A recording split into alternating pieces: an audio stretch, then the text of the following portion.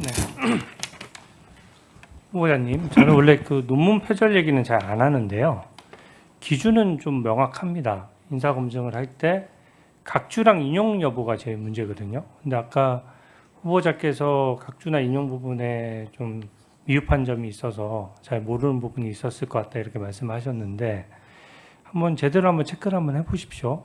그리고 그 내용을 아까 제가 화면에 뜬 것만 보더라도 거의 많은 문장들이 제대로 된 인용이나 각주 없이 그렇게 되어 있기 때문에 그 기준이 다른 게 아니거든요. 독창적인 아이디어가 있다는 건 제가 존중하는데 그 기준이 무너졌으면 사실은 통상적으로 다 모든 대학에서 그렇게 표절을 판단하고 있고 민주당에서도 그동안 어떤 인사검증을 할 때 또 인사청문회를 할 때 같은 기준으로 계속 얘기를 해왔거든요. 그래서 국무총리 후보자로서 기준이 너무 떨어지지 않게 그 부분 한번 체크해 보시기 바랍니다. 네, 의원님 말씀 감사하고요. 2010년 시점에 탈북자 문제에 대해서 국제법과 인권의 관점에서 별로 제기를 안 할 때 그 문제를 제기하기가 쉽지 않았던 중국의 대표적인 대학에서 저 문제를 제기할 때 저 나름으로는 탈북민에 대한 애정을 갖고 저 문제를 시작했다는 말씀을 드리고 네, 그건 존중하는데 네, 반대로 반대 시각에서 네, 보면 그렇습니다. 청와대에서 논문을 심사할 때 왜 저런 것도 못 걸렀지 하는 생각도 들 수 있는 그리고 거거든요. 그 이후로도 국내에서 탈북민들과 비교적 깊게 관계를 맺어왔다는 점을 감안해서 그럼에도 불구하고 주신 말씀들에 대해서 지금 제가 다시 논문을 쓸 수 있는 때는 아니기 때문에 충분히 감안해서 제가 앞으로 여러 가지를 생각해 나가겠다는 말씀을 드리고요. 네. 그 점을 감안해서 주셨으면 좋겠습니다. 저희가 고맙습니다. 재산관계를 계속 얘기하는 거는 좀 불편하시더라도 사실은 사전에 자료가 제출돼서 저희도 나름대로 검증할 시간이 있어야 되는데 지금 가장 핵심 내용인 수익과 지출에 대해서 답변을 하셨을 때 청문회장에서 말씀하신다고 하셨어요. 그러다 보니까 지금 사실은 청문회장에서 처음 듣는 얘기들이 많기 때문에 여쭤볼 수밖에 없는 거를 좀 이해를 해주시고요. 이게 지금 보면은 그 6월 16일에 처음으로 후보자께서 페이스북에 입장을 남겼습니다. 그러니까 언론 보도에서 수익과 지출 차이가 딱 봐도 너무 차이가 난다. 그러니까 스스로 신고한 내역을 보더라도 공식 수입 외에 2배 이상의 지출이 있었다. 이런 지적이 있었던 거거든요. 근데 첫 번째 해명이 조금 더 자세했으면 좋았을 것 같아요. 세비와 기타 소득을 생활과 채무 변제에 썼다. 이렇게 글을 쓰셨거든요. 그러니까 일반 국민들이 느끼기엔 저도 그렇고 기타 소득인가 보다. 기타 소득이란 건 그 국세청에 신고하는 내역을 말하는 겁니다. 그렇기 때문에 이때는 사실은 출판기념회 현금이라든지 사실 출판기념회가 제일 큰 금액인데 지금 보니까 또 배우자의 어떤 처갓집에서의 지원 같은 내용이 하나도 제일 큰 부분이 빠지고 지금 나온 상태거든요. 그리고 3일 뒤인 6월 19일에 언론 방송에서 이제 인터뷰를 하셨어요. 그때는 이제 조금 더 금액의 차이가 또 명확해졌을 텐데 그때는 축의금, 조의금, 출판기념회 2개만 말씀하셨어요. 그것도 배우자 얘기가 없었거든요. 그러니까 액수가 지금 그러니까 뭐 차치하고더라도 대략 5, 6억 정도의 지금 국민들이 눈으로 확인할 수 없는 돈들이 있는 건데요. 그 돈에 대해서 해명이 지금 이제 와서 여기 청문회장에 와서 또 이제는 장모님으로부터 지원한 금액이 2억 원이나 됐다라고 하니까 좀 몇 가지만 좀 확인을 하겠습니다.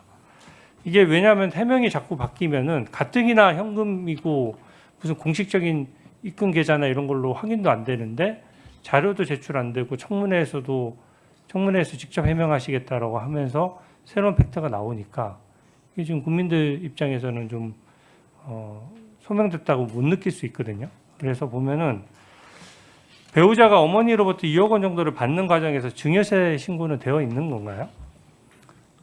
사실은 제가 나중에 보니까 경우에 따라서는 뭐 200만 원, 300만 원 이렇게 이제 어머니로부터 받은 거 아니겠습니까? 그때. 근데 그게 이번에 이제 과정에서 총액이 제법 돼서 그에 대해서 증여세도 처리한 것으로 알고 있습니다. 증여세는 지금 이제 인사청문회 직전에 처리가 된 건가요? 네, 그렇습니다. 네, 이제 발견해서 처리를 한 것이네요. 그렇습니다. 사실은 저는 저렇게 손을 좀 벌렸다 하는 것도 사실은 잘 몰랐습니다. 네. 그러면은 배우자의 수입원에서 뭐 후보자님의 그 무슨 추징금을 변제하도록 한다든지 이렇게 돈이 섞인 건 없이 그냥 배우자 계좌로 돈이 들어와서 쓰인 거기는 겁니까? 제가 제 세비가 아직 보셨다시피 뭐 매달 500만 원, 700만 원 이런 식으로 거의 그냥 다 잘라서 들어가는 시기여서 그리고 이제 목돈이 생기면 갚고 나머지는 분납하는 시기여서 그걸로 다 추징금에 썼기 때문에 아마 저는 남은 돈을 갖고 생활을 하는 것을 빡빡하게 한다고 생각했는데 그걸로 이제 모자라서 생활비를 이렇게 요청한 지원을 받은 것이어서 거기서 무슨 추징을 네, 받고 이런 증여세 건 없습니다. 납부는 언제 얼마를 했는지 여쭤볼 수 있나요? 제가 정확하게 확인해서 말씀드리겠습니다. 예, 좀 말씀해 주십시오. 근데 2억 원 정도 중에 1억 원 정도는 계좌로 들어갔다라고 하는데 네. 저희가 항상 좀 말씀은 제가 믿는데요.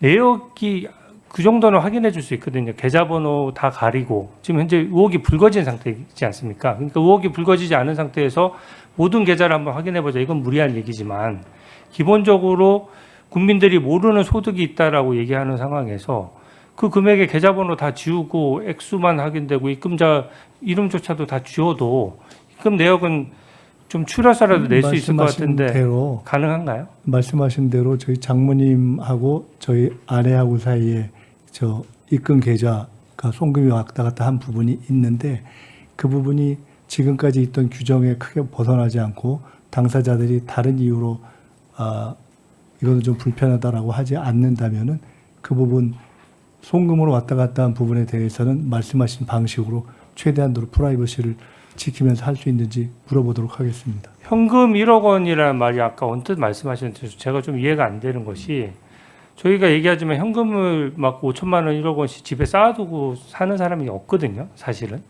그리고 그러면 현금이 있으면 사실은 뭐 이자가 붙지도 않고 기본적으로 현금 보관할 때 좀 누가 도둑 맞을 수도 있고 그렇지 않습니까? 적은 액수는 당연히 보관이 가능한데 근데 이 현금 부분 중에서 현금 1억 원 정도가 있었다라고 하니까 그러면은 장모님께서 배우자께 현금을 그것은 현금을 따로 전달했다는 뜻입니까? 저희 장모님이 아까 말씀드렸듯이 저희 축의금을 처음에 전달해서 그냥 가지고 계셨던 것도 있고 저희 장인어른이 또 돌아가셔서 부위도 있었습니다.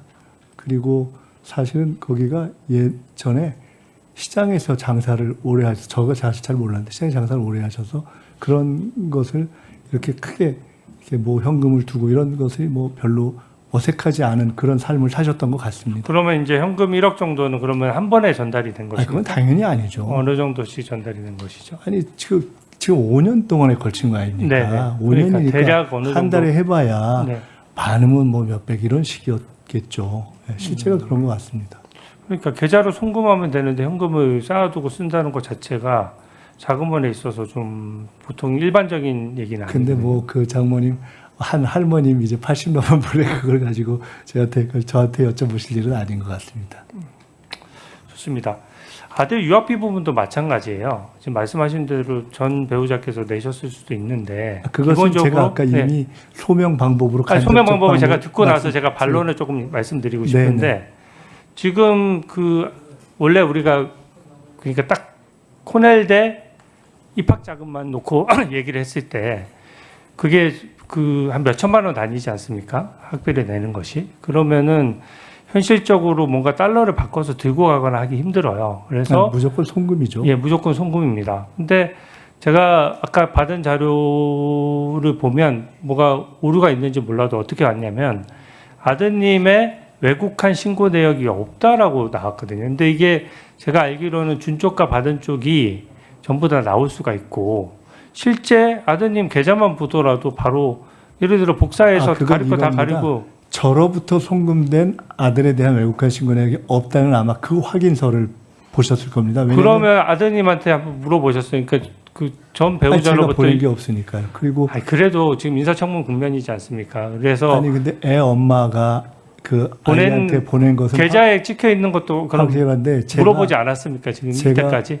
애 엄마한테 연락을 해서 그거를 아니 보내달라고 아드님한테 할 여쭤볼 만한 수 있잖아요. 처지는 아드님한테. 아닙니다. 네. 아드님에게 말씀해 보실 수 있는 거 아니에요? 네, 제 아이는 이번에 그 뭐죠? 인턴 이런 문제 때문에 너무나 많은 주변에 뭐 이런저런 뭐 기자 뭐 등등등등 때문에 한 100여 명씩 친구들한테 미안하다고 메일을 보내다가 스트레스 받아가지고 제가 더 이상 얘기하기가 좀 미안한 형편입니다. 네, 그 부분은 그리고 사실은 제가 추정컨대 그 애엄마가 수입이 있습니다. 거기가 이렇게 활동을 하는 사람이기 때문에 그리고 FM으로 사는 사람이기 때문에 그 문제에 대해서 별 뭐 크게 걱정하실 만한 일이 없을 거라고 보는데 그걸 제가 이거를 계좌를 공개해 주시오라고 전할 입장에 있지는 않다 하는 것을 말씀드리겠습니다. 알겠습니다. 예.